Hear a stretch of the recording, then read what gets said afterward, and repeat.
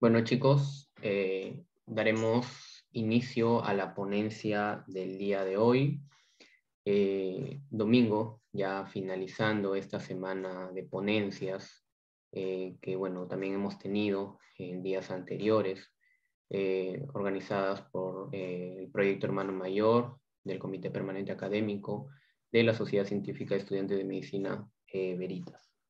Bien, el tema que va a ser expuesto el día de hoy es semiología respiratoria, anamnesis y examen físico.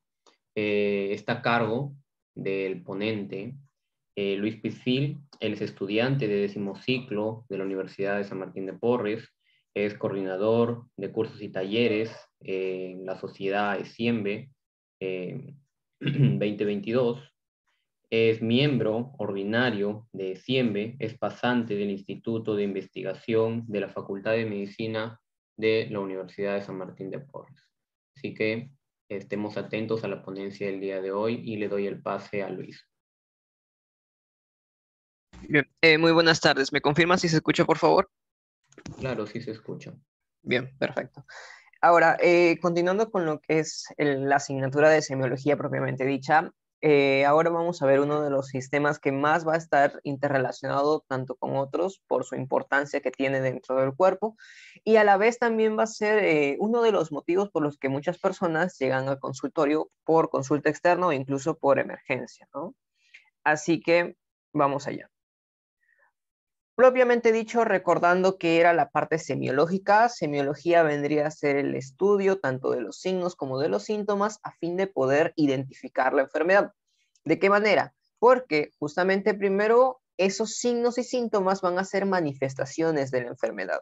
De modo que si es que nosotros vamos a encontrar tal o cual síntoma en una persona, implica que puede tener una enfermedad. Es decir, si es que a ti, por ejemplo, te van a dar uno que es felino, me dices que es doméstico, me dices que tiene 4 patas, me dices que tiene bigotes, entonces ya más o menos vas haciéndote a la idea de qué puede ser. Ah, ¿qué puede ser con todas las características ya descritas? Un gato.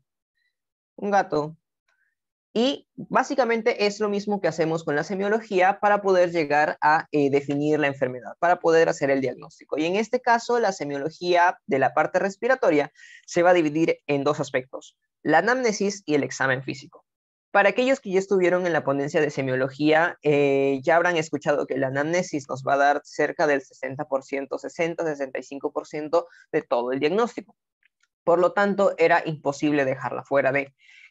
Sin embargo, en esta ponencia nos vamos a centrar más en el examen físico, dado que la anamnesis en sí es poder consultar muchos otros datos que ya hemos visto previamente. Estamos hablando de aspectos como lo que vendría a ser lugar de residencia, si es que ha tenido viajes anteriormente, todos aquellos datos que consideremos que pueden ser útiles para este tipo de consultas, nosotros lo aplicaríamos en ese aspecto. ¿Bien? Ahora, en el caso de la anamnesis, centrada en lo que vendría a ser los signos y síntomas respiratorios, podemos encontrar los signos como la tos, la expectoración, la hemoptisis, las sibilancias y los síntomas como el dolor torácico y disnea. Volviendo a definir conceptos básicos. La diferencia entre el signo y el síntoma depende de qué tan objetivo sea. Es decir, el signo es aquello que tú puedes ver, que tú puedes visualizar, que el paciente no puede simplemente referirlo y tú no puedas comprobar que eso es cierto. Es decir, si es que una persona está tosiendo, tú no vas a decir, ah, no, esa persona dice que está tosiendo, pero no está tosiendo, porque tú lo puedes ver. Lo mismo con la expectoración, con la hemoptisis y las sibilancias. Y en el caso de los síntomas, si es algo que el paciente lo siente, como su mismo dice, como su mismo nombre lo dice, síntoma, es algo que se siente. El paciente dice que lo tiene, pero tú no tienes forma de poder averiguar realmente si es que lo tiene o no. A menos que tú empieces a indagar, empieces a preguntar, empieces a hacer otros análisis y todos estos datos te digan que afirmativamente el paciente tiene esto. Ahora, ¿qué pasa cuando sumo a un signo más un síntoma? Pues me da un síndrome, que ya lo vamos a ver después. Ahora, En la anamnesis, que ya te mencioné que era el primer paso que tenías que seguir en una exploración del sistema respiratorio, los principales signos que vas a encontrar va a ser la tos, la expectoración, la hemoptisis y las silivancias. Las silivancias también lo vas a encontrar. ¿Y por qué lo he puesto, por cierto? Eso casi se me olvidaba. ¿Por qué lo he puesto en la anamnesis y no lo he puesto exactamente en el examen físico? Porque, o sea, una silivancia puede fácilmente escucharse, ¿no? Al momento de auscultar al paciente. Una hemoptisis también durante el examen físico se puede ver. Y sí, es verdad. Pero estos signos son los más comunes por los que la persona llega a la consulta propiamente dicho. Es decir, como el paciente ve que está teniendo estos síntomas, entonces recién acude al médico, especialmente en el caso de las hemoptisis y las transivancias. ¿Por qué? Porque como ya sabemos, muchas veces nosotros esperamos hasta que nuestra enfermedad esté en una situación bastante complicada para poder recién llegar a emergencias y poder sobresaturar el sistema que de por sí ya está un poco congestionado y aún así esa es lamentablemente la costumbre que tienen las personas actualmente, ¿no? Y por lo general se preocupan recién cuando ya el cuadro es complicado. Entonces eso hay que tener cuidado. ¿Qué es lo que hay que preguntar acerca de tanto los signos como los síntomas? ¿Cuándo es que empezaron? ¿En qué momento empezaron? Por ejemplo, hace 3 semanas, hace 4 semanas, hace un mes. No es lo mismo decir que he empezado a tener tos desde hace 15 días, desde hace una semana, a decir que tengo tos desde hace 3, 6 meses. Ahí es cuando viene la agudeza o la cronicidad del cuadro. Diferenciemos esos dos aspectos. Es crónico justamente cuando ya excede generalmente de los 2, 3 meses. Y vendría a ser agudo cuando es menor a ese tiempo. Ahora, ¿por qué es importante definir esto? Porque las enfermedades agudas tienen una etiología que nos apuntaría a un cuadro un poco más infeccioso, más grave, más complicado. Mientras que el crónico ya es un poco más estable y se ha logrado perennizar en el tiempo. Un ejemplo, por ejemplo, en el caso de la tos aguda. Podríamos estar hablando actualmente por lo que estamos viviendo la pandemia por COVID. Es algo que te genera rápidamente ese cuadro tusígeno. Mientras que un aspecto crónico ya podría ser, por ejemplo, la TBC. Si bien la TBC es una enfermedad infectocontagiosa, la tos va a persistir por mucho más tiempo. Pero a todo esto que ya hemos mencionado, la tos tomando como el primer signo, ¿cómo podríamos definir la tos? Pues justamente esta se define como una respuesta fisiológica. ¿A qué? A una irritación. O sea que es una respuesta a una irritación. ¿De qué? Del árbol bronquial, o también de la pleura y también del intersticio. Ahora, esta tos se puede clasificar. Se puede clasificar en húmeda y se puede clasificar en seca. ¿Cuál es el criterio que utilizamos para ello? Húmeda es cuando se encuentran ruidos de movilización y arrastre de secreciones. Esto el paciente lo suele decir como si el pecho lo sintiera cargado, como lo sintiera con líquido adentro. Y seca es cuando justamente no hay movilización de este tipo de secreciones. Bien, y esta puede ser tanto productiva como no productiva, de acuerdo a si es que se acompaña de lo siguiente que vamos a ver, que es la expectoración. Ahora, la tos húmeda no productiva puede ser debida a las secreciones se han vuelto muy viscosas. Recordemos, hay una tos húmeda y hay una tos seca. En el caso de la tos húmeda, pero que no emite expectoración, esta va a ser porque las secreciones que están dentro del árbol pulmonar, del árbol bronquial, se han vuelto mucho más viscosas y por eso es que no pueden salir en la expectoración.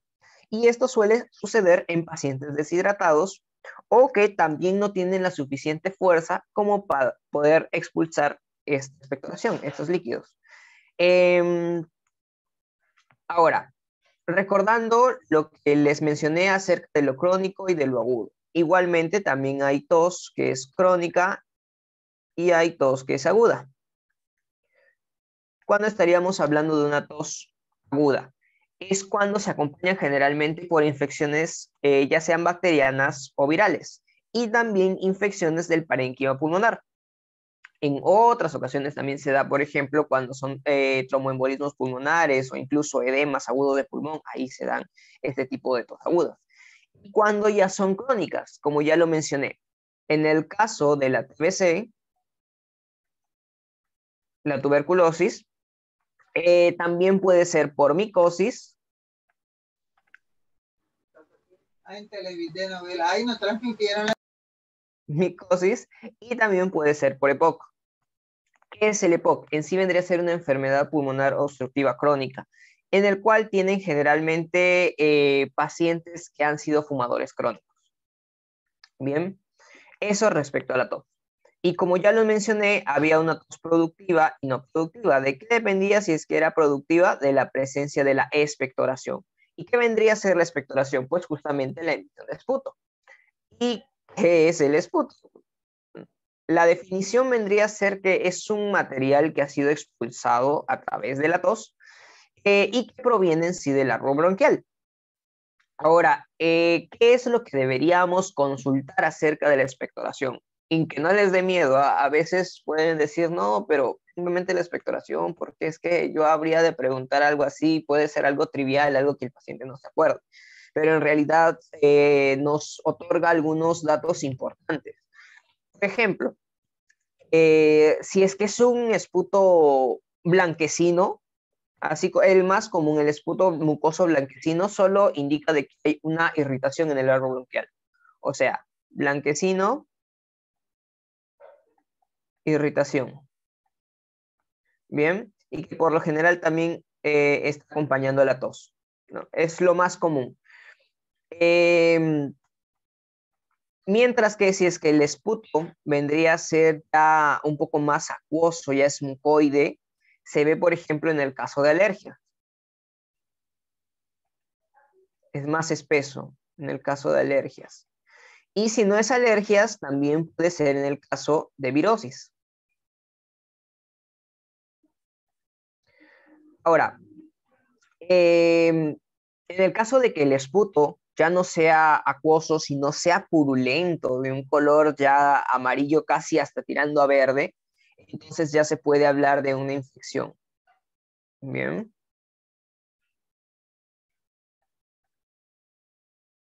Porque recordemos, la pus siempre va a estar asociado a un cuadro infeccioso. Infección. Bien. Y en el caso de que ya sea una producción crónica de este tipo purulento de esputo, ya podríamos estar pensando en una bronquitis crónica o de una TBC.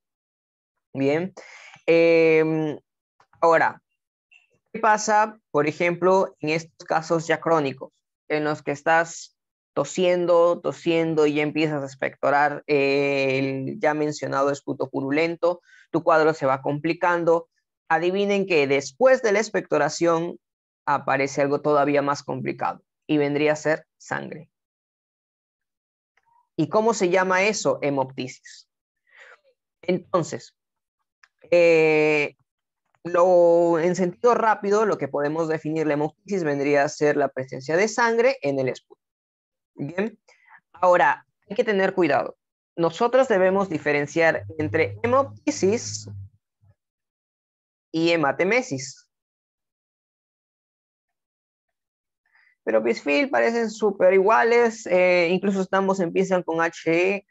No, resulta que hay una muy importante diferencia. ¿Qué es la hematemesis? La hematemesis vendría a ser la sangre que también se puede en ocasiones expulsar junto con esputo, pero la diferencia es que esta no viene del arco bronquial, sino que viene del tracto digestivo.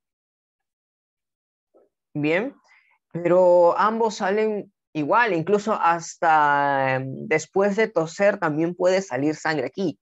Entonces, ¿cómo lo diferenciamos de una hemoptisis de una hematemesis?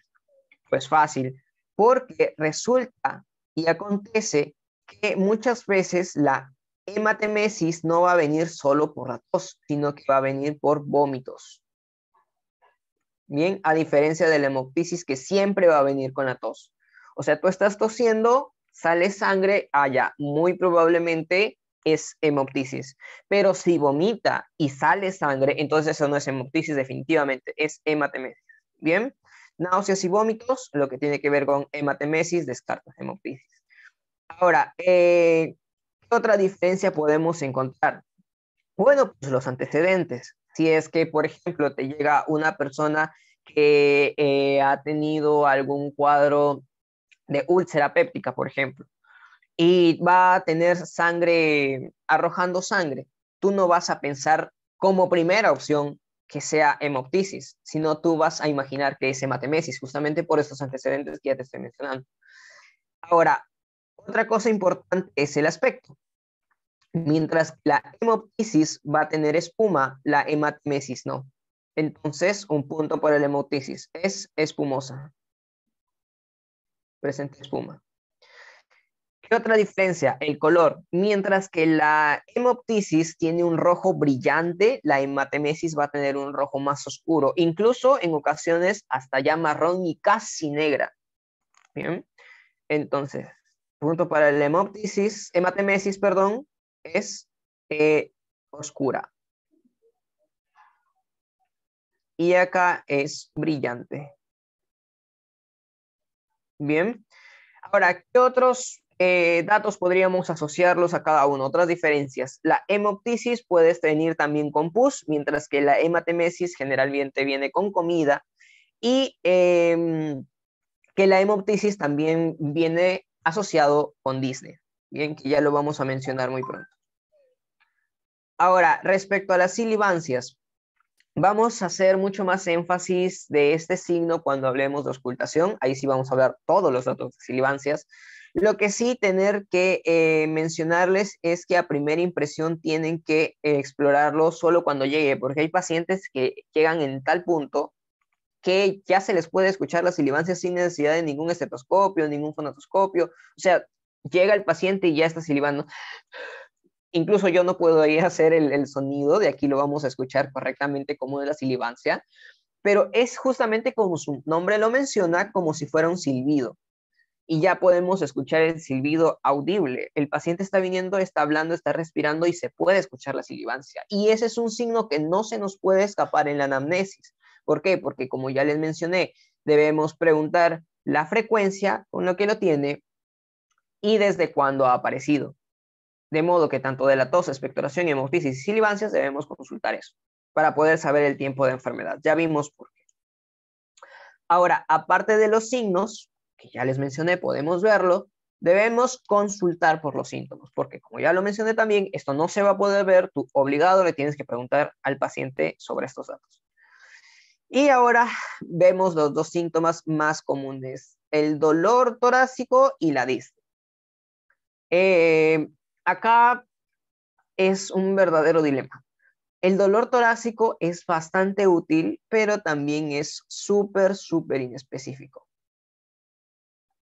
¿Por qué es inespecífico? ¿A qué me refiero con inespecífico? Si es que el paciente te dice que tiene dolor torácico, tú puedes aseverar miles y miles y miles y miles de cosas. Desde causas gastrointestinales, causas pulmonares, causas óseas, etcétera, etcétera, etcétera. Entonces, sí, ya me perdí. No puedo entonces analizar correctamente al paciente. No.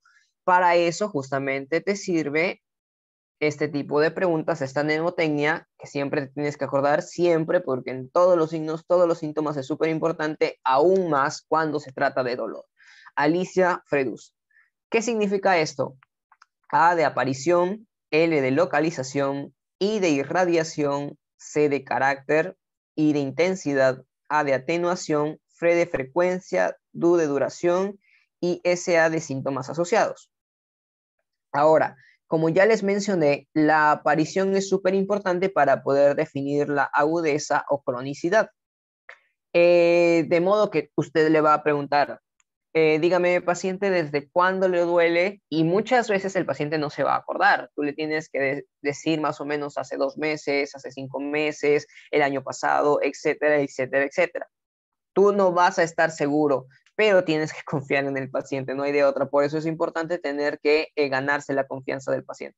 Localización, ¿dónde es que le duele? Porque llegan pacientes especialmente de emergencias que dicen, doctor, me duele todo. Sí, pero exactamente en qué parte. No, doctor, me duele todo. Ahí es donde entras a tallar.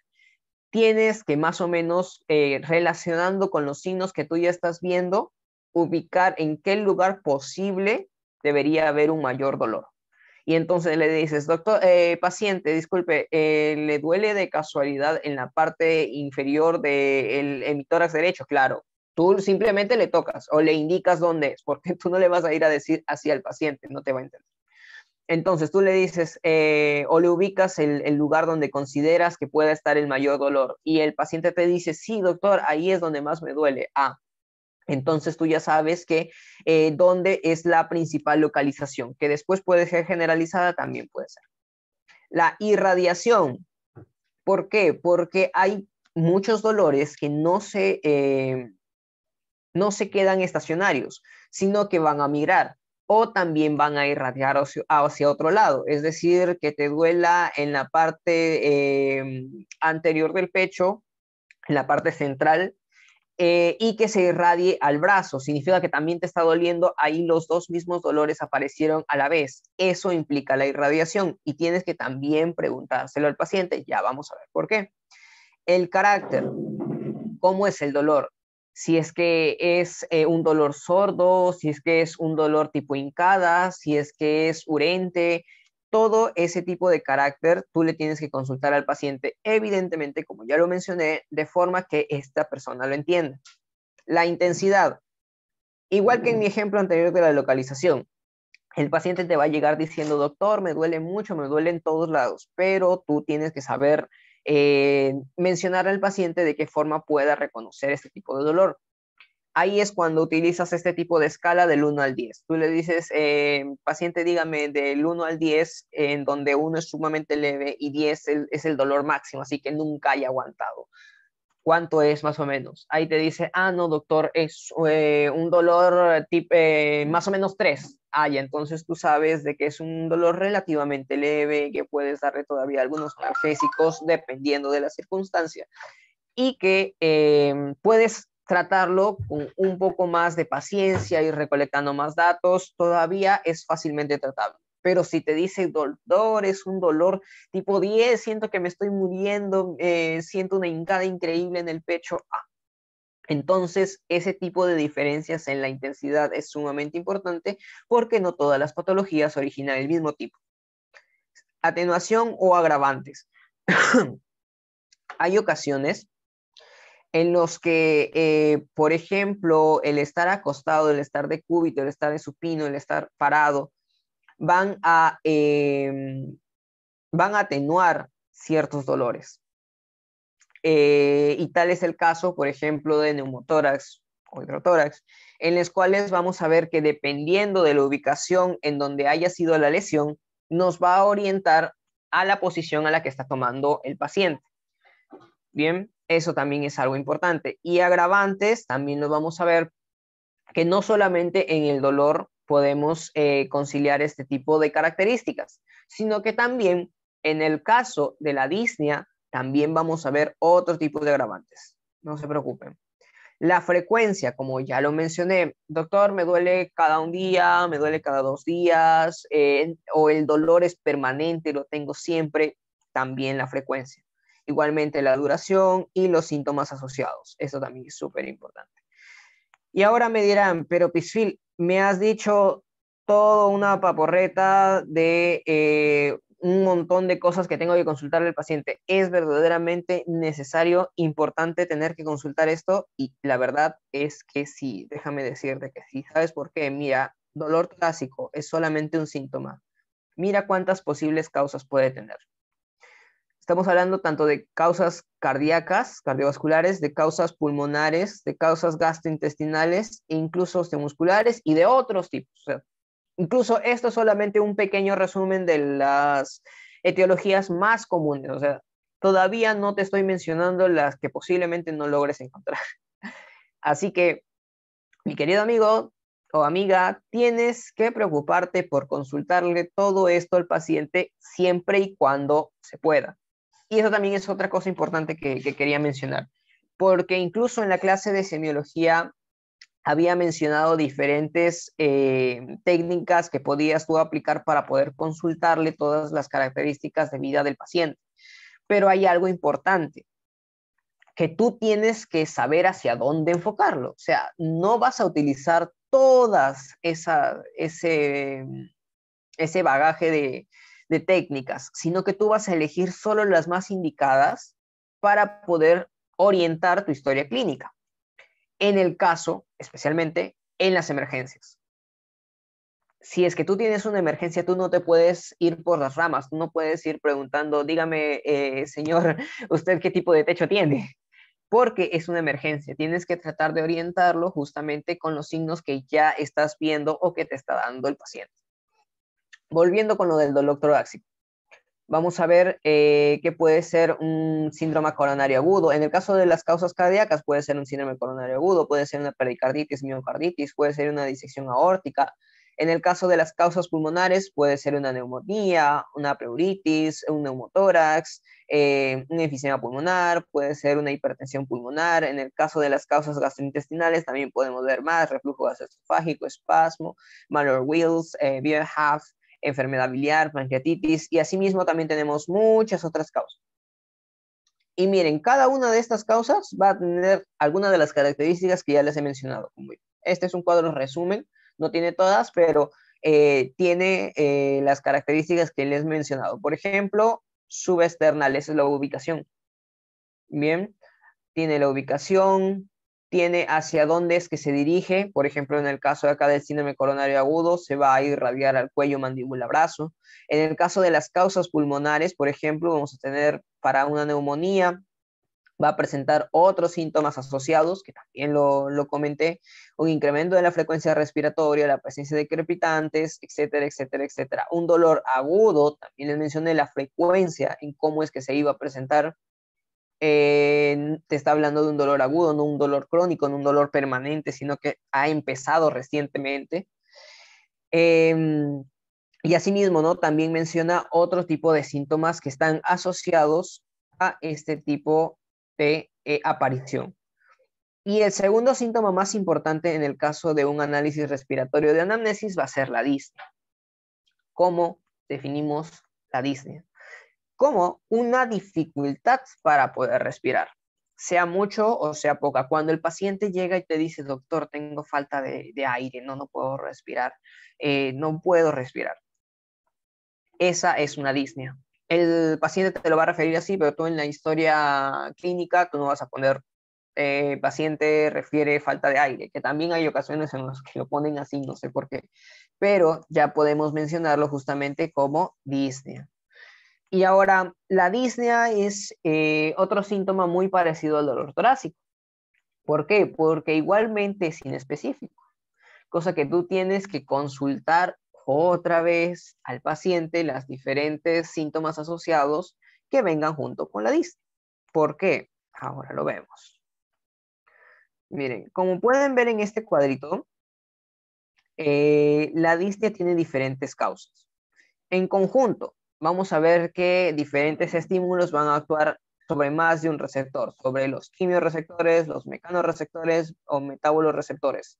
Todos estos están en constante sincronía y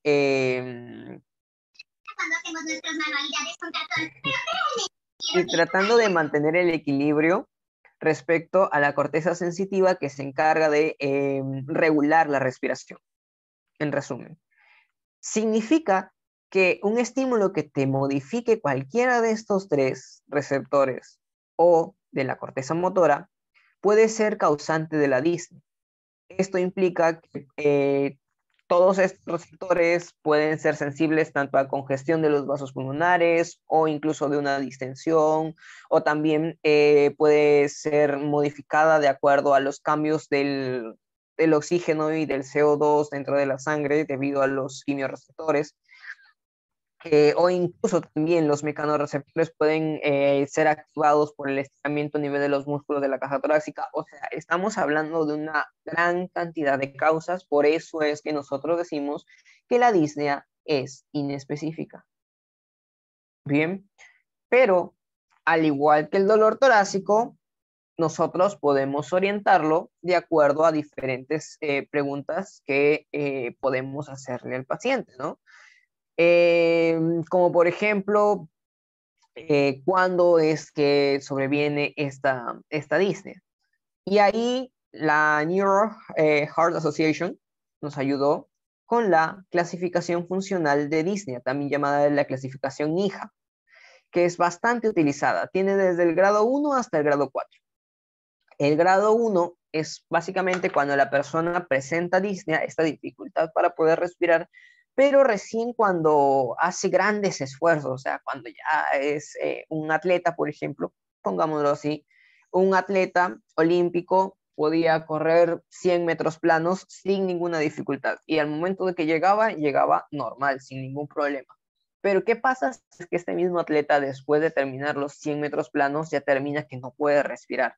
Está hiperventilando, está cansado, ya no puede respirar. Entonces, ahí es cuando entra a tallar justamente esta clasificación y se le menciona que es grado 1, cuando la disnea se presenta a grandes esfuerzos.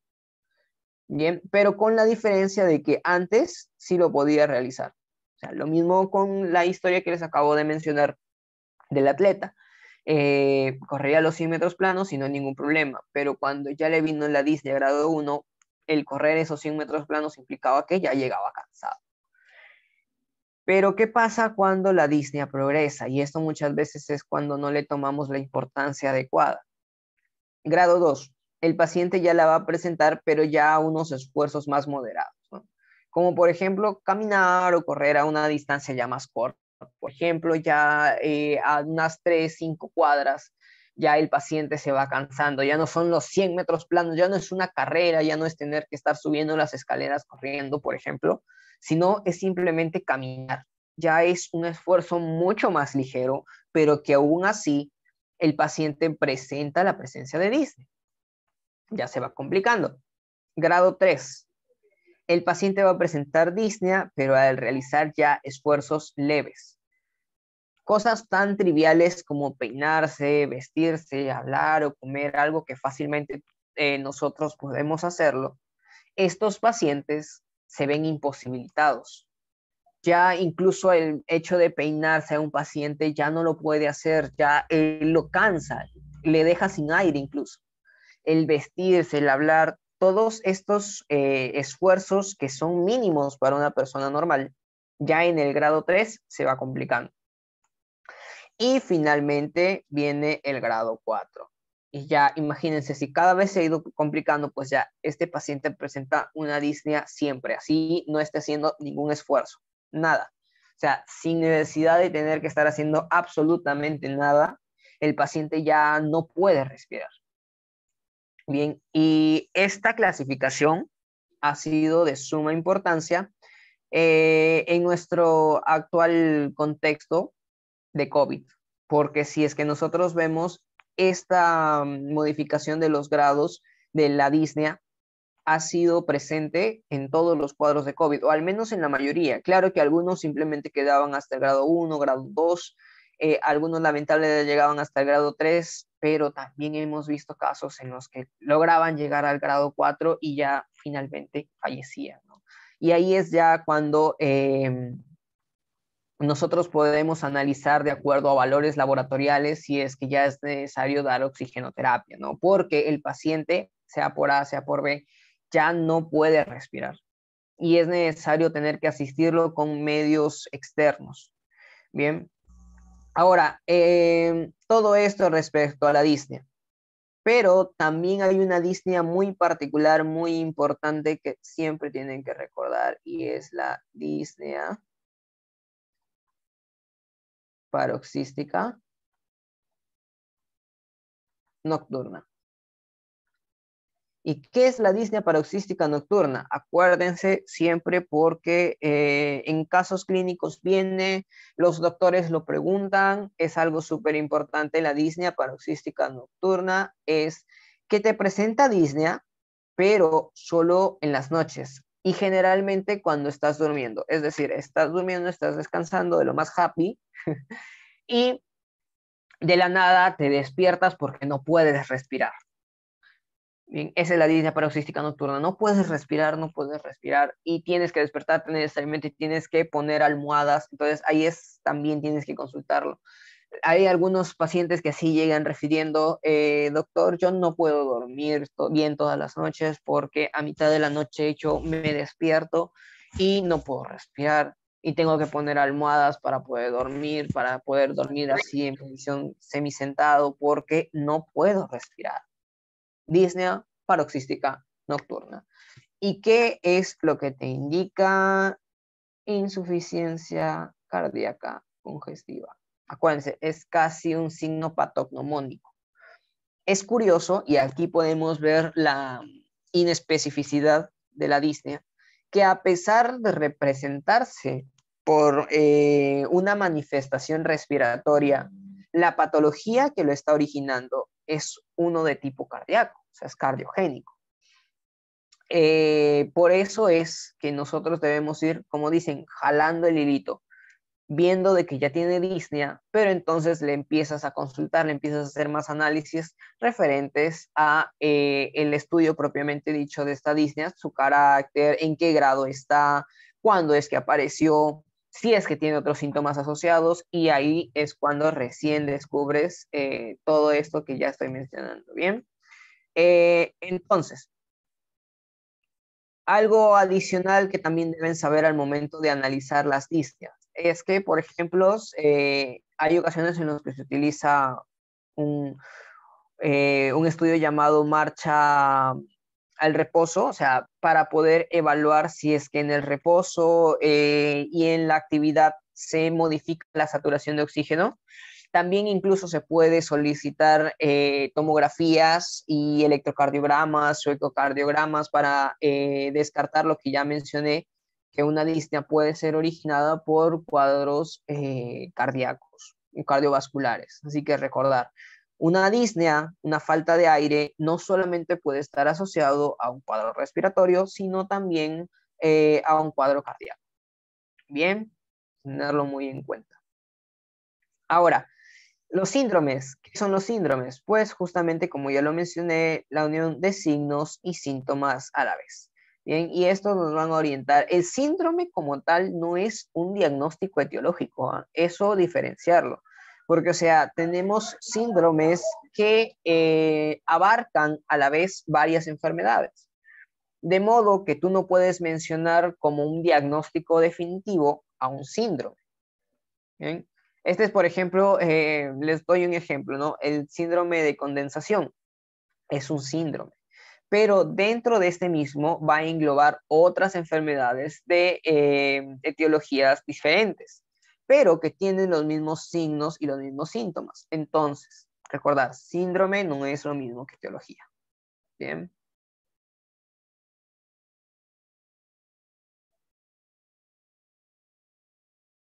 Ahora, regresando. Como ya le mencioné, la semiología se puede definir tanto en anamnesis como en examen físico.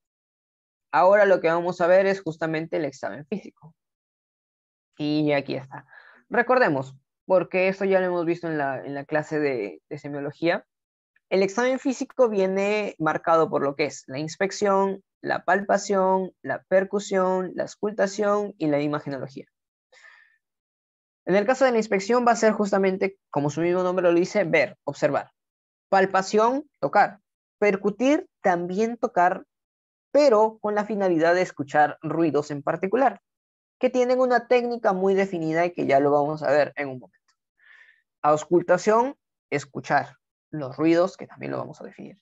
Y la imagenología, que ya también mencioné en la clase de semiología, que era algo agregado al examen físico que también se está difundiendo cada vez más. Incluso ya se está mencionando que es algo básico, que todos los centros de salud tengan un medio para poder definir la imagenología, pero En este caso son son las radiografías, los rayos X los que nos van a apoyar bastante en lo que es el diagnóstico de enfermedades respiratorias. Claro que no le quita la importancia al resto de análisis, solo que lo menciono principalmente a los rayos X debido a que es el medio diagnóstico más fácil, más accesible para poder analizar este tipo de enfermedades. Bien, vamos a inspección.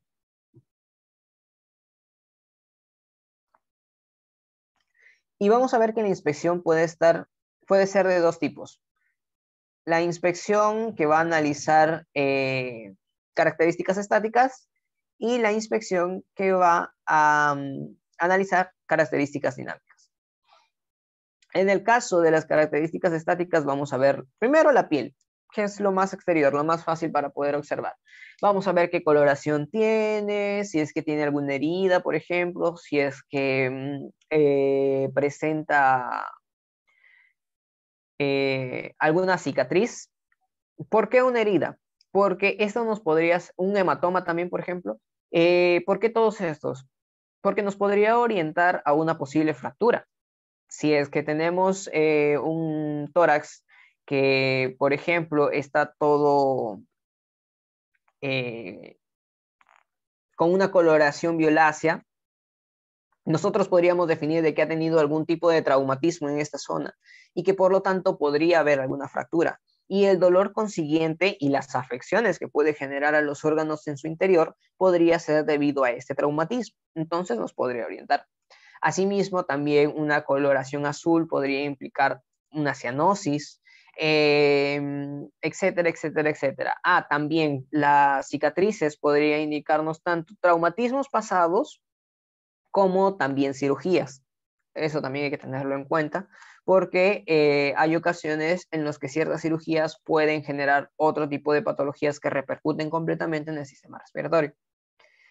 Y en lo que respecta a una inspección estática, vamos a ver la forma general y la circunferencia del tórax.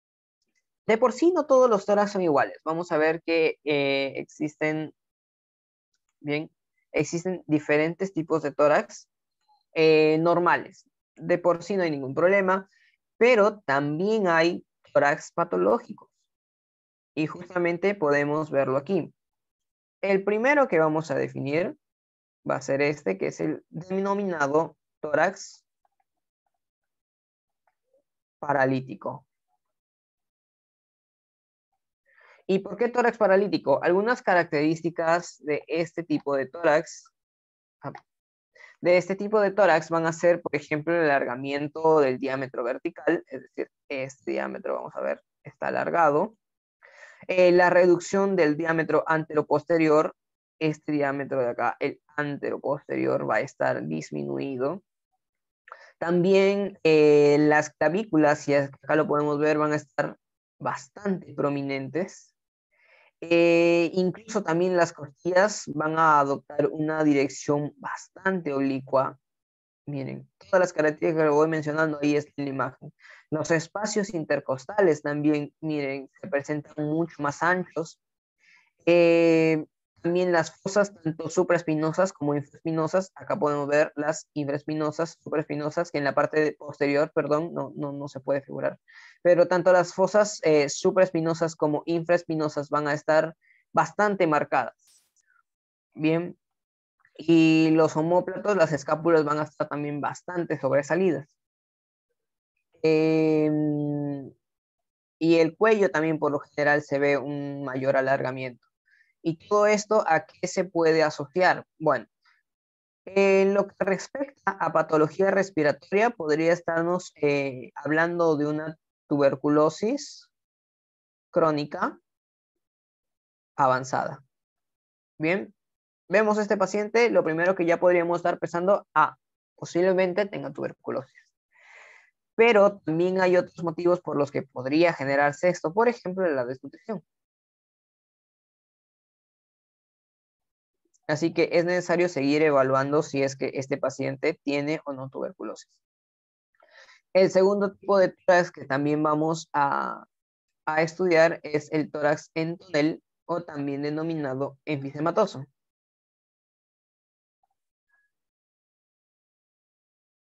Bien.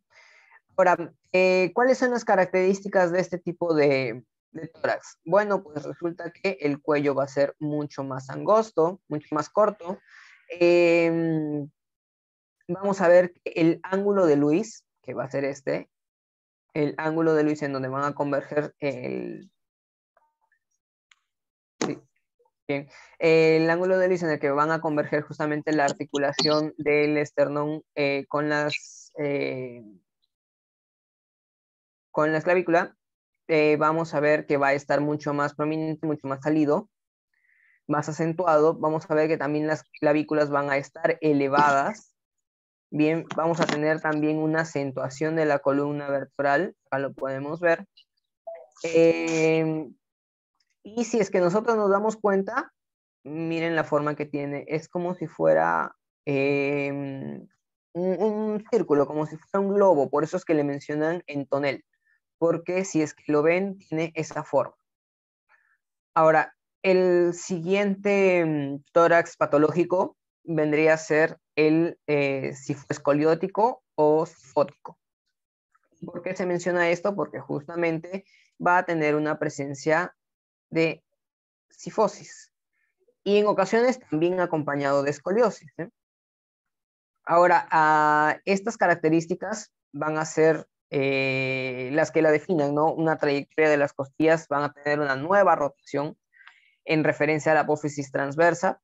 También puede generar este tipo de patologías una alteración en la localización tanto del corazón como incluso de los grandes vasos y también puede afectar, pues, ¿no? Obviamente a la función respiratoria. Ahora, del sifótico existen dos causas, dos posibles causas. Puede ser tanto congénito como adquirido. Ahora, congénito, ¿como cuál? Por ejemplo, existe un síndrome, el síndrome de Sherman, el cual va a ocasionar este tipo de patologías. Mientras que los adquiridos, ahí sí son más. Pueden ser raquitismo, puede ser mal de Pot, puede ser osteomalacia, puede ser enfermedad de Friedrich, etcétera, etcétera. O sea, existen más de una causa, pero de todas formas va a afectar el sistema respiratorio, ¿bien? Ahora, también tenemos el tórax infundibuliforme, también llamado en embudo o pectus excavatum. Ahora, ¿cuáles van a ser las características que tiene esto? Pues justamente tiene una depresión, acá podemos verlo, está como hundido. Por eso es que se le llama pectum excavatum, como si hubieran excavado, si hubieran hecho un hueco ahí. Bien, esa es una depresión que puede estar a la mitad inferior del esternón, en cuyo punto más profundo justamente donde va a ubicarse va a ser en la apófisis sifoides, que si es que recordemos es la parte final del esternón. Bien. Algo importante que hay que ver es que también las costillas se van a dirigir hacia abajo, se van a inclinar hacia abajo, y también otra característica es que si ven acá, el abdomen va a estar sobresalido, va a tener una prominencia abdominal.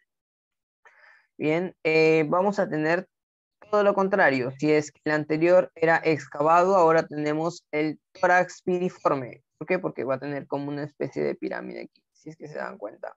Tórax piriforme. Y va a ser, se define como una forma de pera invertida. Y justamente acá la prominencia que estamos viendo va a estar más acentuada en la parte superior del tórax, casi hasta la parte de la cuarta costilla. Bien. Este tipo de forma también va a traer una estrechez de lo que es la parte inferior del tórax, va a ser mucho más estrecho y un aplanamiento del diámetro antero-posterior. Bien, recuerden, antero-posterior. Ese diámetro se va a aplanar. Ahora, causas, la más conocida vendría a ser el aplanamiento del diafragma por ptosis. Ptosis se escribe así. Ptosis del diafragma. ¿Qué significa esto? Recordemos que el diafragma tiene esta forma. Ptosis significa de que este diafragma va a disminuir, va a bajar. Y en lugar de tener esta forma, va a tener esta forma. Va a ser prácticamente plano. y esa aptosis del diafragma va a originar este tipo de tórax. Bien. Y el último tórax que vamos a ver será el tórax cariniforme, el cual justamente se parece mucho al tórax mencionado anteriormente, el tórax piriforme. Sin embargo, la diferencia es de que la prominencia va a estar en la parte central del esternón. Bien, entre los cartílagos costales va a tener una depresión, pero como ya lo mencioné, esto es en la parte central, mientras que en el tórax piriforme en sí va a ser en lo que vendría a ser la estrechez de la parte inferior del tórax. Bien, entonces he ahí la diferencia.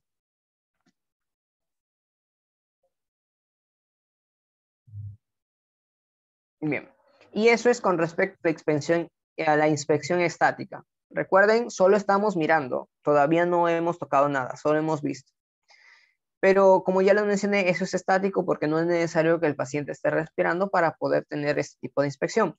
Pero cuando ya lo vamos a observar cuando esté respirando, ahí sí ya va a ser una inspección dinámica. ¿Y qué es lo que vamos a observar? La expansión. ¿Qué tanto se está expandiendo la caja torácica al momento de que va a respirar el paciente, ¿no? Hay personas que, por ejemplo, tienen esa dificultad en el movimiento de los músculos respiratorios que no le permite extender lo suficiente su caja torácica a fin de que pueda oxigenar correctamente. Entonces, eso hay que observarlo. También una posible respiración paradójica.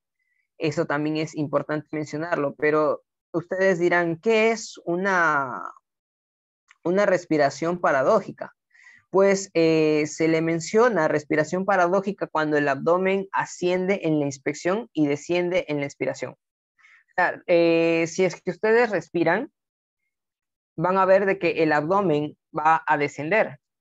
Cuando llenan la caja torácica, el abdomen va a descender, va a ingresar.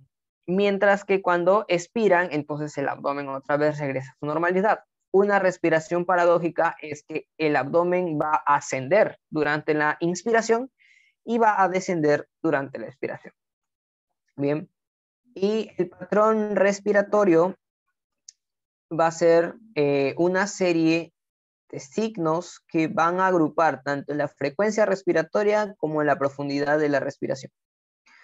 ¿Cuál es la diferencia? La frecuencia respiratoria vendría a ser el número de respiraciones que se ha llevado en un minuto y que por lo general se toma el valor, un valor normal para personas adultas de 13 a 20. Algunos incluso lo mencionan de 12 a 20.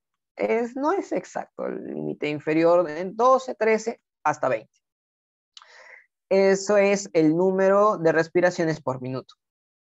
Y la profundidad de la respiración vendría a ser qué tanto aire uno puede inspirar durante una inspiración o una expiración. Ahora, acá hay que también definir ocasiones en las que se va a modificar lo normal. Una frecuencia normal de respiración va a ser denominado eupnea. A ver, lo normal es eupnea. Eso es lo normal. Pero ¿qué pasa cuando la frecuencia respiratoria disminuye? ¿Y qué pasa cuando incrementa? Eso es fácil, es básico. Frecuencia respiratoria cuando disminuye va a ser una bradipnea. Y cuando incrementa, una taquipnea. ¿Recuerdan de taquicardia y bradicardia? Bueno, pues en este caso es taquipnea y bradipnea, en el caso de la frecuencia respiratoria. ¿Y qué pasa cuando hay modificaciones en la profundidad de la respiración? Vamos a ver que cuando incrementa la profundidad va a ser denominado una batipnea. Batipnea. Mientras que en el caso de que esta disminuya va a ser una polipnea. Bien, esa es básicamente la diferencia entre la profundidad y la frecuencia respiratoria. Pero entonces, Visil, ¿cuáles son los patrones respiratorios? Ya. Y aquí viene lo bueno porque los patrones respiratorios son diferentes. Como ya lo mencioné, la eupnea es lo normal, es tanto frecuencia respiratoria normal como profundidad normal. ¿Bien? En el caso de la taquipnea, que ya lo mencioné, la frecuencia respiratoria aumentada, la bradignia cuando va a ser una frecuencia respiratoria disminuida, pero ahí se suma uno más en lo que es patrón respiratorio, la apnea.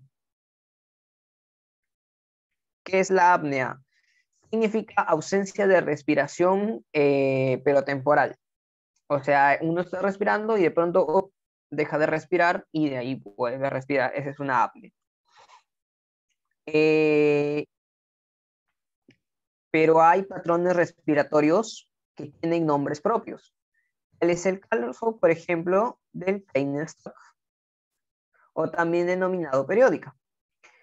¿En qué consiste esta respiración de Cheyne-Stokes? Vamos a ver que va a tener un aumento de intensidad y frecuencia hasta un límite y después va a disminuir hasta apnea. ¿Qué es esto? O sea, más o menos es lo que voy a hacer ahora.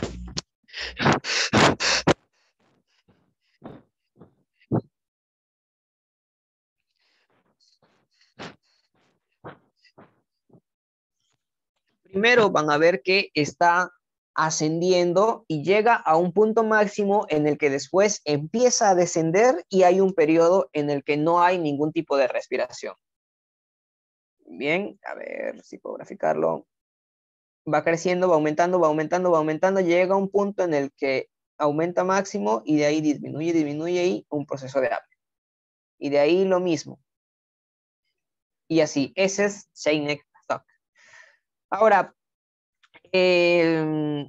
¿cuándo es que se genera este tipo de patrón respiratorio? Cuando hay una lesión en el hemisferio bilateral o también diencefálico. Bien, esto principalmente es de causas neurológicas. Cheyne-Stokes, recuerden, va a incrementar y disminuir progresivamente con un periodo de apnea. Bien, ese es Cheyne-Stokes. Pero también hay denominada la respiración de Kussmaul. Esta es bastante común porque nosotros podemos identificarla en los casos de acidosis metabólica. Bien, en el caso de también meningitis, de insuficiencia renal, como ya lo mencioné, de acidosis metabólica, e incluso también de cetoacidosis diabética, vamos a encontrar este tipo de patrón, que es básicamente el más conocido, el de Kussmaul. Bien, ¿y cómo es la respiración de Kussmaul? Que ya lo mencioné, no solamente incrementa la frecuencia, sino también la profundidad. Kussmaul sería algo más o menos así.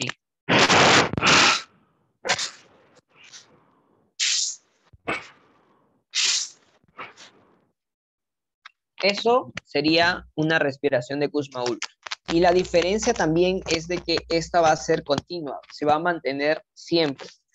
No va a tener procesos de apnea como en el de Cheyne-Stokes, sino que va a mantenerse para poder oxigenar correctamente. Asimismo, también existe la respiración apneústica, la cual en sí es una bradipnea, básicamente, es una bradipnea de base. Va a tener una inspiración profunda después de mantener el esfuerzo, o sea, es como que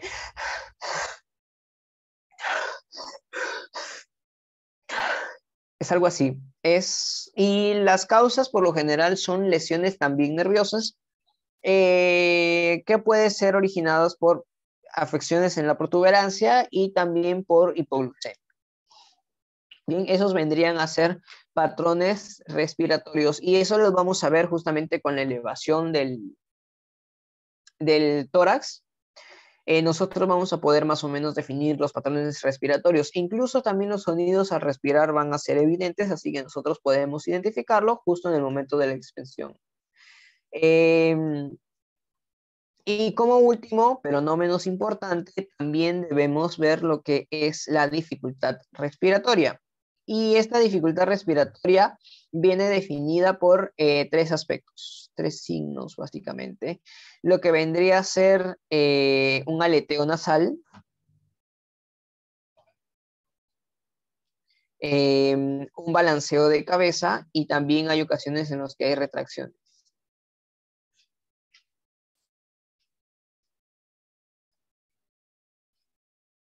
Bien, ¿a qué me refiero a aleteo nasal? Es que justamente la persona empieza a hacer mayor uso de fuerza para poder respirar, utiliza los músculos accesorios. Y por eso es que nosotros podemos ver el movimiento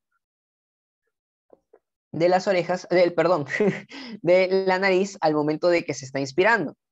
Igualmente también en el balanceo de la cabeza,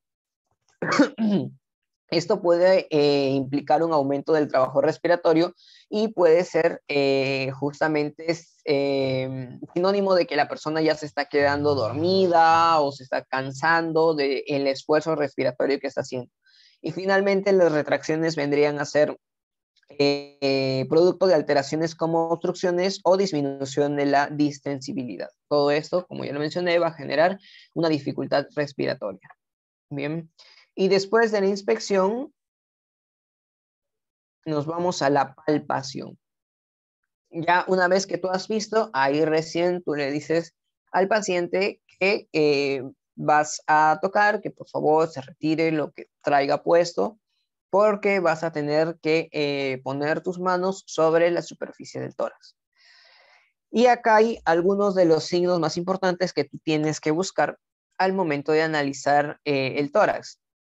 La movilidad torácica, las adenopatías, los puntos dolorosos y el frémito. ¿Cómo es de que tú evalúas la movilidad torácica? En primer lugar, ¿qué es la movilidad torácica? Tú con eso buscas saber qué tanto es la amplexación del tórax, pero mediante la palpación. Si es que tú tocas, por ejemplo, la amplexación superior, y hay amplexación superior y amplexación inferior. Bien, si es que tú tocas lo que vendría a ser los vértices del pulmón, estarías haciendo una maniobra de Renault, o también mencionada la amplexación superior. Bien, ¿y esto qué es lo que vas a hacer? Vas a apoyar tus manos en los vértices y los pulgares coincidiendo justamente con la séptima vértebra cervical. ¿Bien? Es la más protuberante, va a ser fácil para poder ubicarlo porque es la más protuberante. Y ahí vas a ver si es que los dos hemitórax se van a mover al mismo tiempo o si es que uno tiene una mayor movilidad que el otro o incluso uno de ellos es estático. Por eso es que tienes que utilizar las dos manos porque estás comparando ambos hemitórax. Eso es en el caso de la amplexación superior. Y la amplexación inferior es básicamente el mismo principio. Te van a palpar las bases de los hemitórax con las manos y los pulgares hacia las vértebras dorsales. Bien, ahora, ¿qué es lo que te puede alterar la movilidad torácica? Algunas patologías pueden ser, por ejemplo, el neumotórax, podríamos hablar también de un derrame pleural, o incluso la movilidad muscular de uno de los lados, ¿no? De uno de los costados.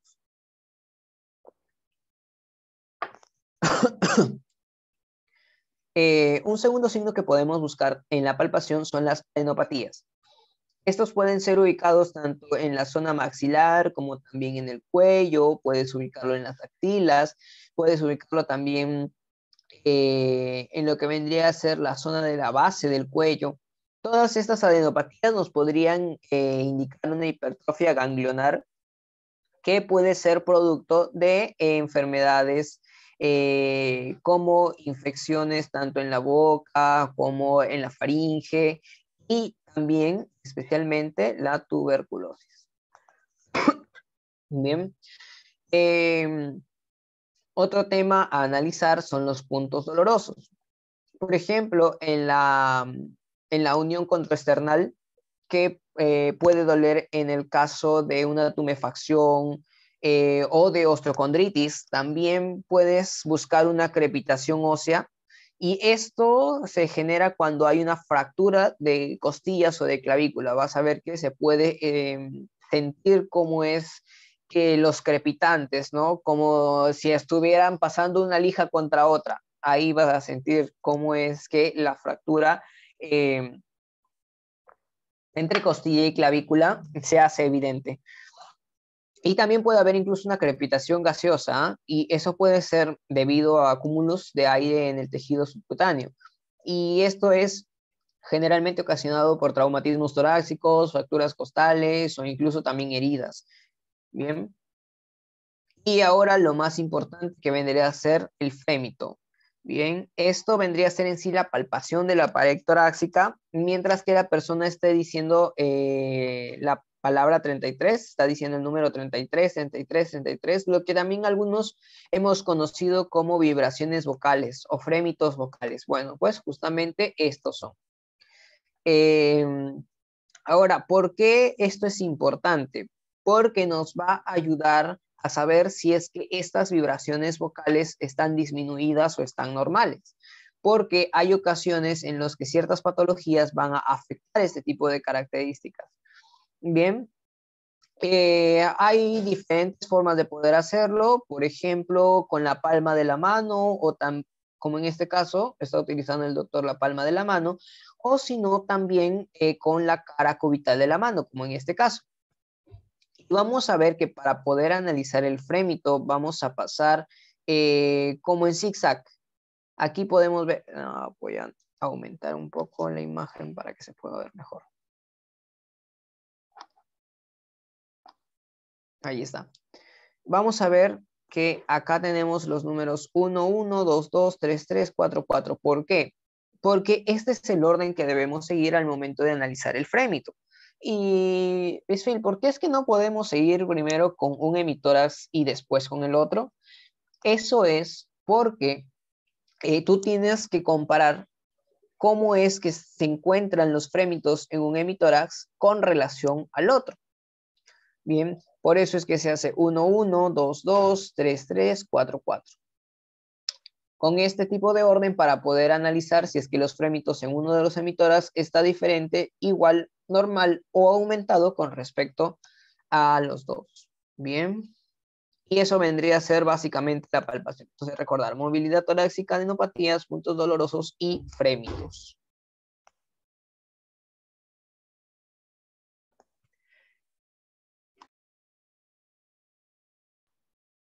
Ahora la percusión.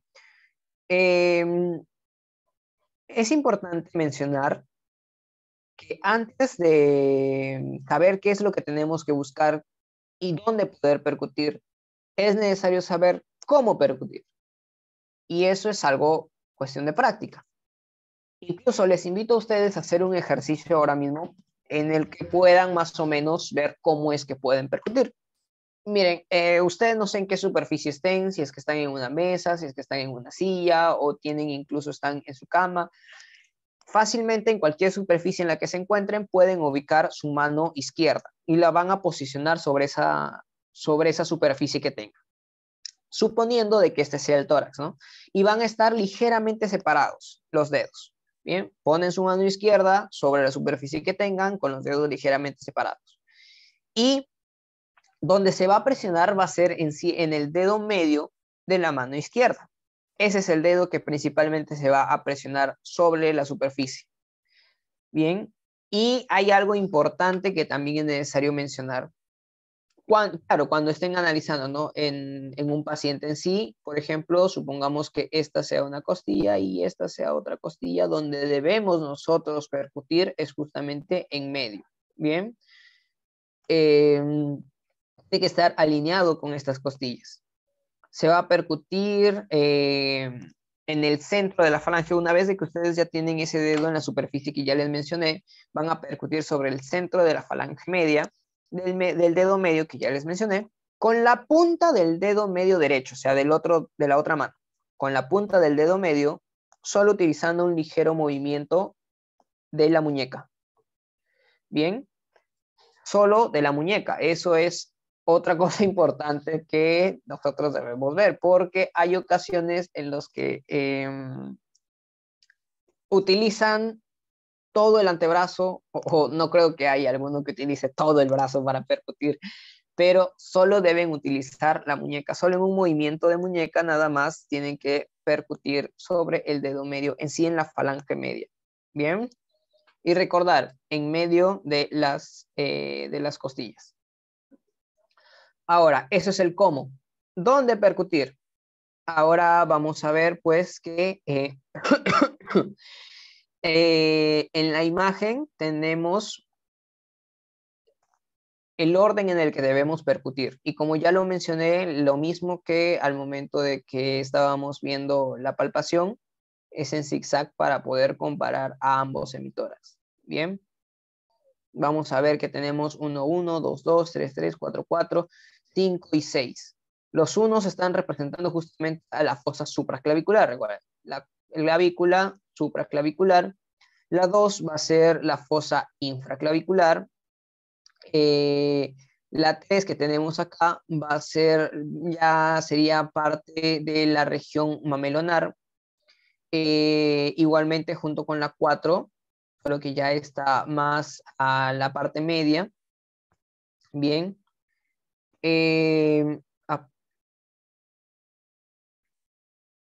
Ya, genial. Y como ya lo mencioné, ¿no? En zigzag lo mismo también en lo que es la cara posterior del tórax. Ahora, sí, es verdad, nosotros percutimos y todo, genial, lo hicimos muy bien la percusión. Ahora, ¿qué es lo que voy a encontrar en la percusión? ¿Qué es lo que tengo que escuchar en sí? Bueno, pues, estos son los sonidos que tienes que buscar. ¿Por qué estoy marcando la parte de resonancia? Este es tu punto básico. Es lo que suena un pulmón sano. Hacia acá significa que hay más aire. Perdón, hay más sólido. Y hacia acá significa que hay más aire. Esa es la forma en cómo uno lo puede definir. Matidez, la misma técnica que ya les mencioné de que puedan hacerlo en un músculo, por ejemplo, no sé, en su brazo o en su pierna, por ejemplo, hacen la percusión y van a escuchar ustedes de que es un sonido puro. No es algo muy sonoro, no tiene una intensidad muy alta, sino que por el contrario, la intensidad es suave.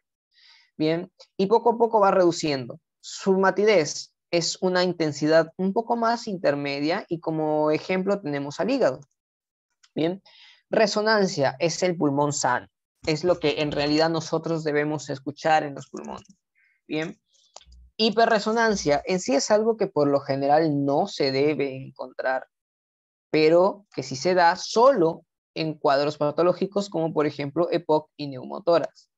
¿Por qué? Porque justamente hay un encarcelamiento de aire y si es que hay más aire, hay más resonancia. Y por eso es que se da esta hiperresonancia. Y por último, el sonido de timpanismo, que este sí es un poco más común. El ejemplo de localización es la burbuja gástrica o pómulos hinchados. Ahí también hay otro ejemplo. Pómulos hinchados, incluso si es que lo pueden hacer, inflan su cachete y ahí hacen la maniobra de percusión. Eso es timpanismo. Así es como pueden ustedes más o menos escuchar el timpanismo. Bien. No sé si es que, no creo que pueda salir porque estoy con micrófono. Pero así como le digo, inflan sus cachetes, hacen la maniobra de percusión, como ya les mencioné, ponen su dedo medio de la mano izquierda sobre el cachete y con la punta del dedo derecho, de la mano derecha, van a percutir sobre ese dedo y ahí van a escuchar. Eso es timpanismo. Y así lo pueden diferenciar. Acuérdense, matidez tiene una intensidad más suave y por lo general es algo mucho más sólido, mientras que timpanismo es algo en donde haya mayor presencia de aire. Bien. Hiperresonancia es muy poco probable de que lo puedan encontrar y generalmente es EPOC y neumotórax. Bien. Eso básicamente en percusión. Auscultación. Denme un momento para poder borrar lo que...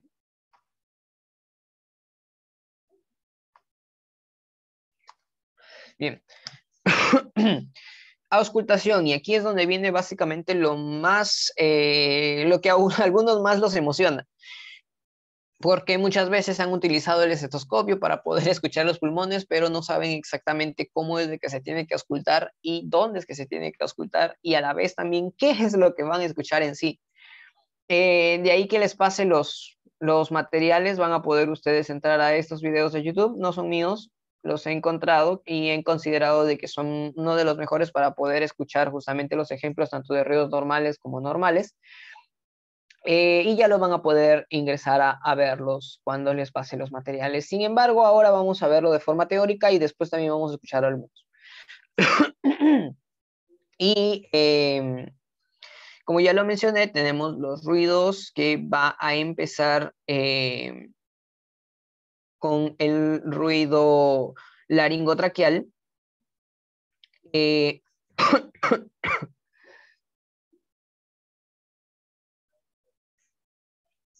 Disculpen. Bien, el ruido laringotraqueal, el cual va a ser definido como un ruido ligeramente áspero que se va a producir justamente por el paso del aire a través de la epiglotis. Bien, por eso es que es laringotraqueal, el paso ahí de la epiglotis.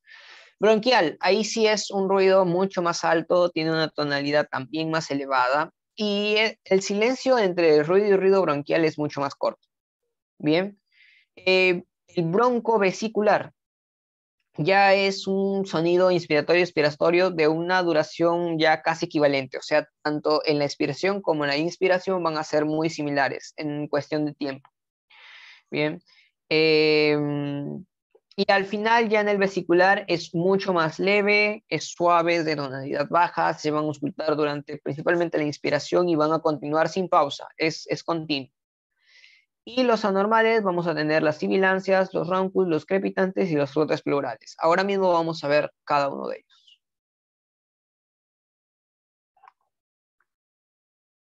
Los normales que ya mencioné, hay sonidos pulmonares y sonidos traqueales. Los sonidos pulmonares en sí van a ser originados por el flujo turbulento, ¿no?, del aire al entrar en las vértices.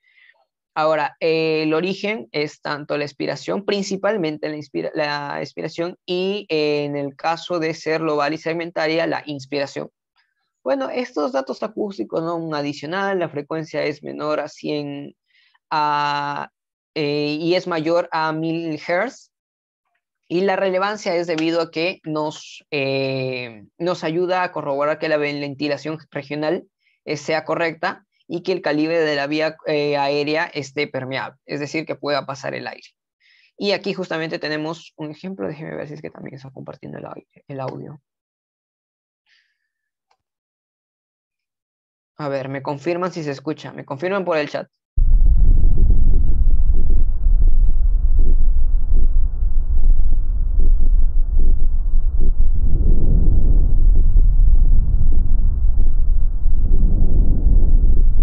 Si se escucha, no sé si es que me pueden avisar por el chat, por favor.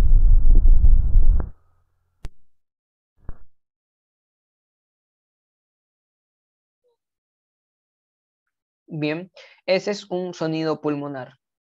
Y también tenemos sonidos traqueales, que como mismo lo menciona, es un flujo turbulento, pero esta se va a originar entre la laringe y la tráquea, en la vía superior, que es el pasaje entre la epiglotis, y lo que nos va a ayudar es a confirmar si es que la vía aérea superior esté en óptimas condiciones, que no tenga ningún tipo de patología. Bien, y este es el sonido.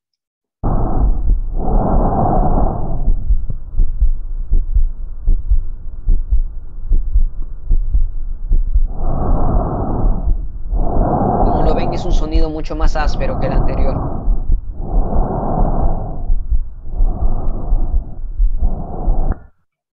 Ahora vamos a ver algunas características propias de los ya mencionados ruidos. Tenemos que en el sonido traqueal bronquial ¿dónde es que vamos a auscultar? En el cuello y en los campos pulmonares superiores. Ahí es donde tenemos que auscultar. Y si es que nosotros hemos escuchado correctamente, la inspiración es donde se escucha una mayor intensidad. Voy a poner otra vez.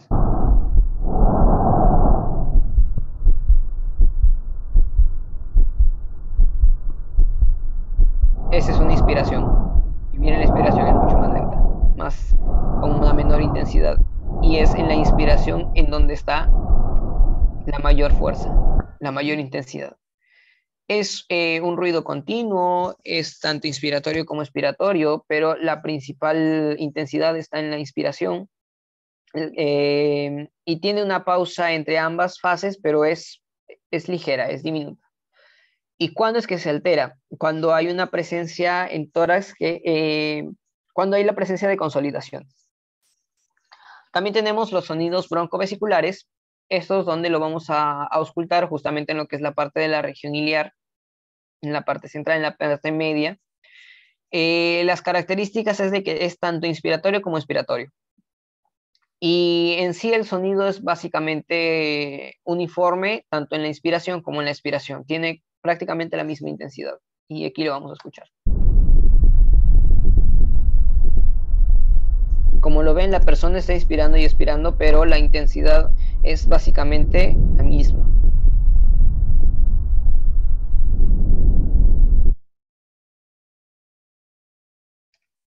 Bien. Y también tenemos el sonido vesicular, y eso ya lo podemos auscultar en la periferia del campo pulmonar, una atenuación de los ruidos respiratorios, bronquios y región iliar. Ahí tiene una intensidad muy, muy variable, y la verdad es que va a depender de la ventilación y de la masa corporal. Tiene una intensidad también mucho menor a los antes mencionados. Y va a tener también que cuando se altera es porque va a disminuir disminuye cuando está presente una consolidación. Bien, esos son los ruidos normales. Pero ¿qué pasa cuando si hay una patología?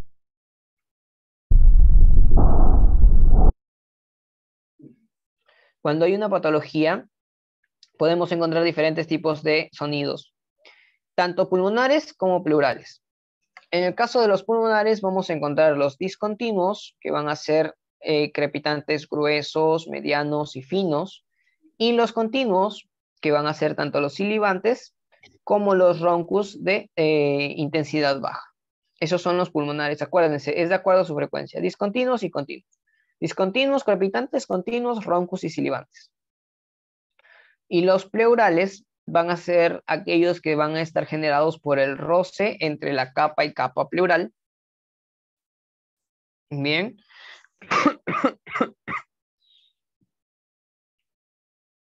Y van a ser sonidos en sí de chasquidos y de crujimiento. Y esto principalmente se escucha cuando hay un neumotórax o hay un neumomediastino. Me van a escuchar.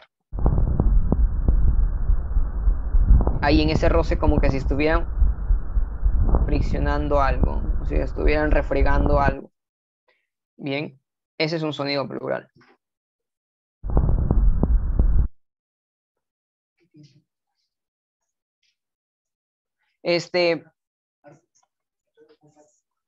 Bien, y ahora tenemos otra característica de los ruidos respiratorios adventicios, los ya mencionados, ¿no? Tenemos a los continuos y a los discontinuos. Recuerden, a los continuos, como ya les mencioné, teníamos a los roncos y a las silibancias, y a los discontinuos teníamos los crepitantes, tanto finos, medianos y gruesos. Respecto a su localización, los continuos vamos a ver que va a ir aumentando con respecto a la inspiración, y después en la expiración va a disminuir. Van a ser bastante cortos, van a tener una tonalidad grave, pero también baja, en el caso de los roncus, y la de las silibancias va a tener alto y musical. Y ya van a escuchar por qué. Y es que las silibancias en serio suenan como si fuera un silbido. Y los roncus, como su mismo nombre lo menciona, parece que fuera un ronquido. O un gorgoteo también lo mencionan. Ahora, estos ruidos continuos van a generarse cuando hay obstrucciones bronquiales, cuando hay espesamiento de las paredes bronquiales, y también cuando el tejido pulmonar colapsa. Bien, cuando las vías del tejido pulmonar van a colapsar. Ahora vamos a escuchar los roncus.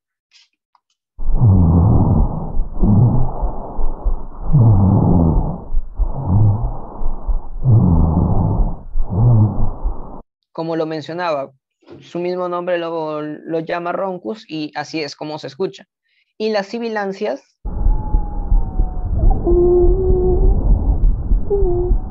inspiración, expiración, inspiración, expiración.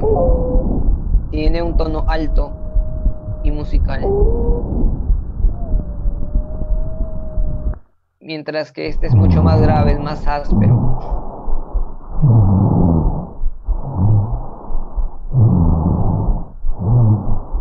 Bien, esos son los ruidos respiratorios continuos. Mientras que en el caso de los discontinuos tenemos a los crepitantes. ¿Y estos dónde es que los vamos a auscultar? Pues en las bases pulmonares. Y tenemos de 3 tipos, los finos, los medianos y los gruesos. En el caso de los finos van a estar al final de la inspiración, en el caso de los medianos se encuentra en ambas fases, tanto de la inspiración como de la expiración, y de los gruesos van a ser más bien sonidos burbujeantes de baja intensidad. Bien.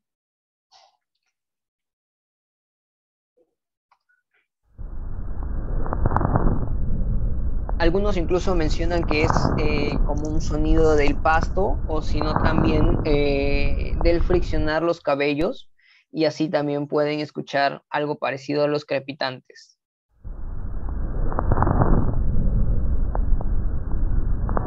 Y vamos a ver que estos van a estar presentes en bronconeumonías, en bronquiectasias y también en TBC. Bien, como parte final, una conclusión básicamente, vamos a ver a todos los pasos que ya hemos visto: inspección, palpación, percusión, auscultación y otros datos asociados a ¿qué? Justamente a patrones respiratorios, lo que vendría a ser enfisemas, atelectasias, condensaciones, intersticial, derrames y neumotórax. Esto por lo general son diagnósticos sindrómicos que, como ya lo mencioné, no tienen directamente una etiología, sino que tienen varias a la vez, especialmente en el caso de lo que es la condensación y también en el patrón intersticial. Ahora, vamos a ver que la presencia de una disminución de motilidad va a estar presente en todos estos síndromes. ¿A excepción de cuál? Del patrón intersticial, en el cual va a haber una respiración superficial. Vamos a ver también que la dilatación del tórax es propia del enfisema, bien, de todo el tórax.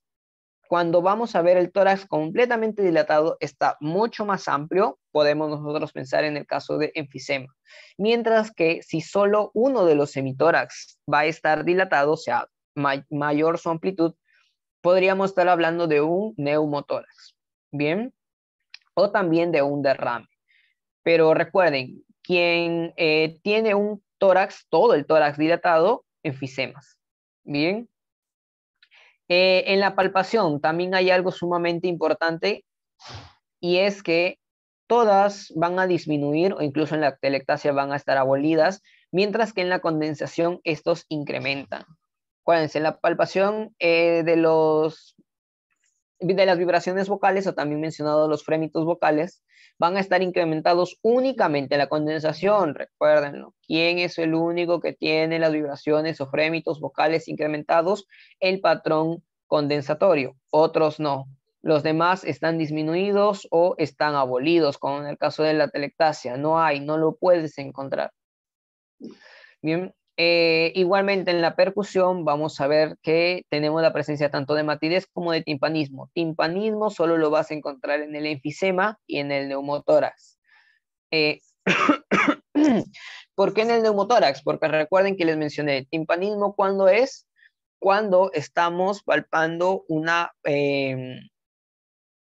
bolsa o con un contenido de aire. Justamente por eso en neumotórax el tórax está ocupado por aire. Por eso es que al momento de que nosotros percutimos vamos a encontrar timpanismo. Algo parecido en el enfisema, que justamente es el pulmón que se retrae y podemos nosotros al momento de percutir poder escuchar un sonido timpánico. Bien. En la auscultación vamos a ver que en el caso de la condensación van a tener un soplo bronquial, pero acá las diferencias entre las crepitaciones que encontramos en la condensación intersticial y, entre el patrón condensación y el patrón intersticial es que las crepitaciones van a ser en este caso finas y en este caso gruesas. Entonces recordar, eso es otra diferencia entre el patrón condensatorio y el patrón intersticial. Igualmente, en el mediastino, el único que se va a desviar al lado enfermo es la atelectasia.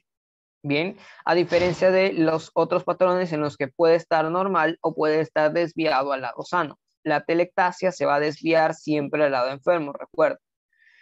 Y además, como ya lo mencioné, ¿no? Lo que era el análisis mediante la radiografía, en donde los más comunes, los más importantes, en el caso de cada uno de estos patrones, vendría a ser el vidrio esmerilado para el patrón intersticial. Bien, De ahí hay hiperclaridades, hay opacidades, pero recuerden, siempre vidrio esmerilado indica patrón intersticial. Bien. Eso sería todo. No sé si alguien tuviera alguna pregunta.